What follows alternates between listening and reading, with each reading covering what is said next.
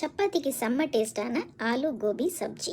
கொதிக்கிற தண்ணியில் கொஞ்சமாக கல்லுப்பு, மஞ்சத்தூள், ஃப்ரெஷ்ஷான காலிஃப்ளவர் பூவை சின்ன சின்னதாக இந்த மாதிரி எடுத்து ஒரு 5 நிமிஷம் அதில் போட்டு வடிகட்டிக்கிங்க. 2 டேபிள் ஸ்பூன் எண்ணெயில் நல்ல க்யூபாக கட் பண்ண உருளைக்கிழங்கு போட்டு கொஞ்சமாக உப்பும் சேர்த்து கோல்டன் ப்ரௌனாக பொரித்து தனியாக எடுத்துடுங்க.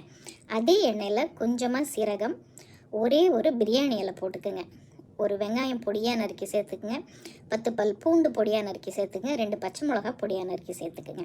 இது எல்லாத்தையும் நல்லா வதக்கி விட்டுட்டு ஒரே ஒரு தக்காளியும் போட்டுட்டு நம்ம வடிகட்டி வச்ச காலிஃப்ளவர் உள்ள போட்டு கொஞ்சமாக சில்லி பவுடர், கொஞ்சமாக மஞ்சத்தூள், அப்புறம் வறுத்து வச்ச உருளைக்கிழங்கு லேசாக தண்ணி தெளித்து விட்டு கொஞ்சம் நேரம் மூடி வைங்க.